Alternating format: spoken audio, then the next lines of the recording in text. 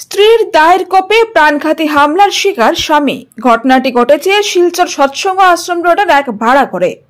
শিলচর সৎসঙ্গ আশ্রম রোডের গ্রিন লেনের বাসিন্দা সমরচন্দ্র দাসের বাড়িতে সবেমাত্র এক সপ্তাহ ধরে হাইলাকান্দি জেলার লালার বাসিন্দা বিট্টু দাস এবং তার স্ত্রী মৌসুমী দাস একটি ছোট্ট বাচ্চাকে নিয়ে একটি ভাড়া ঘর নিয়েছেন। বিট্টু দাস নাকি শিলচর NN দত্ত রোডে কোনো এক জুয়েলারিতে স্বর্ণের কাজ করেন। সংবাদ মাধ্যমের কাছে বাড়ির মালিক সমরচন্দ্র দাসের স্ত্রী জানান, সোমবার সকালে আচমকা ঘরে হাল্লা চিৎকার শুনে ঘরের মালিক এবং পাশের ঘরের অন্য এক ভাড়াটে রূপক চৌধুরী দৌড়ে গিয়ে দেখতে পান স্বামী বিট্টু দাস রক্তাক্ত অবস্থায় তার বাচ্চাকে কোলে নিয়ে আছে এবং স্ত্রী মৌসুমী দাসের হাতে একটি ছুরি ও একটি দা রয়েছে। পরে বাড়ির মালিক সহ রূপক চৌধুরী মিলে স্ত্রী মৌসুমী দাসকে বেঁধে রেখে স্বামী বিট্টু দাসকে শিলচর মেডিকেল কলেজে পাঠিয়ে দেন। জানা যায়, স্ত্রীর দা এবং ছুরির আঘাতে মারাত্মকভাবে জখম হয়েছে বিট্টু দাস। পরে ন্যাশনাল হাইওয়ে পুলিশ আউটপোস্টে খবর দিলে পুলিশ এসে স্ত্রী মৌসুমী দাসকে আটক করে থানায় নিয়ে যায়। কি কারণে সাত সকালে স্ত্রীর দায়ের আঘাত স্বামীর উপর তা এখনো জানা যায়নি। তবে পুলিশের তদন্তে আসল রহস্য কি তা বেরিয়ে আসবে বলে প্রত্যক্ষদর্শীরা আশাবাদী।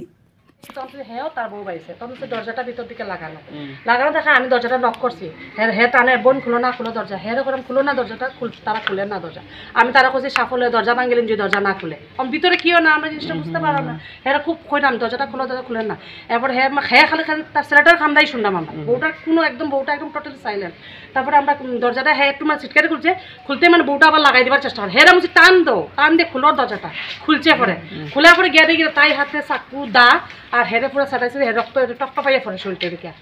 এরপর গিয়ে আমরা তারা করছি ধরো তাই হে আর আমি মিলিয়ে ধরছে, তার বউয়ে ধরছে ধরিয়া তাই হাতে চাকুটা লইছি, লইয়া ওই যেখানে রাখিছে। এরপর দাটা দেখি চোখের সামনে রাখা, দাটা আনছি বাইরে। এরপর তাই আমরা কাপড় দিয়ে হাতে পায়ে বান্ধিয়া আসছে। এরপর তো হের কি অবস্থা, মানে হের বাচ্চাটা কিন্তু হের খুলেই বাচ্চাটা রয়েছে। তার মানে বুঝা যায় মানে বাচ্চাটা সেফটির লেগিয়া হে মানে তারা তাই সুযোগ পাইছে।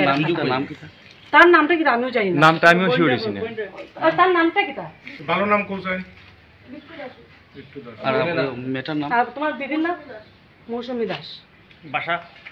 বাসা তো তারা অনেক গড়ে আসছিলাম। আমার নাম রূপক চৌধুরী, আমি এই বাসাতে ভাড়া থাকি লাগা রুমে। আমি গড়ে আসছিলাম, হঠাৎ করে মানে ওই লাগা রুমে দেখি একটু চিৎকার শুনলাম আর কি। চিৎকার শুনলাম, আমি ভাবছি যেন কি, তারা ডাকি দরজা খুলে না, শব্দ করে না।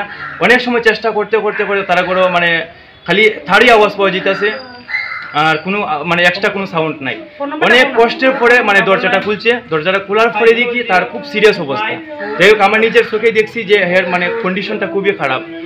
তার ঘর থেকে টানিয়া বার করিয়া তারপরে এই বউটার হাতে যখন আমি দেখছি চাকু আর দাটা ছিল নিচে, দাটা নিচে আসছিল। চাকুটা আমরা জোরজবস্তি করে আমরা ওই 2-3 জন আসছিলাম আর কি।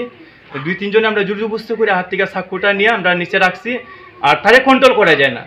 কন্ট্রোল না করতে গিয়ে সেটা যেমন আমরা সবাই দৌড়াদৌড়ি করে, যেমন আমরা আপনারা দেখছেন আপনারা আমরা গরম বান্ধিয়ে রাখছি, নাহলে আমরা কন্ট্রোল করতে পারি না। কিন্তু আগে যে কি হয়েছিল স্যার, আমরা এটা কোনো কিছু বিষয় হইতে পারতাম। গলিটার নাম কি?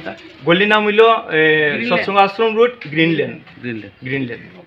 এখন কই আছে হাজব্যান্ড? আমরা এখন তার পরিস্থিতি কন্ডিশনটা দেখছি খুবই খারাপ, এই কারণে আমরা মেডিকেল ফাটাইছি। ওখানে মেডিকেল ফাটাই। মেন বাসাটা কোন জায়গা? মেন বাসাটা আমি তো শিওর জানি না, তবে তার মুখ থেকে শুনছি লালা বাজার। আচ্ছা, এখানে ভাড়া থাকে মানে কাজের সূত্রে, এখানে কর্মসূত্রে এখানে ভাড়া থাকে।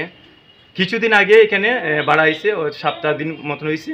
আর জুয়েলারি কাজ করে আমি খবর হয়েছি, অতটুকু আমার কাছে গল্প করছে, NN দত্ত রোড জুয়েলারি কারখানাতে কাজ করে আর কি।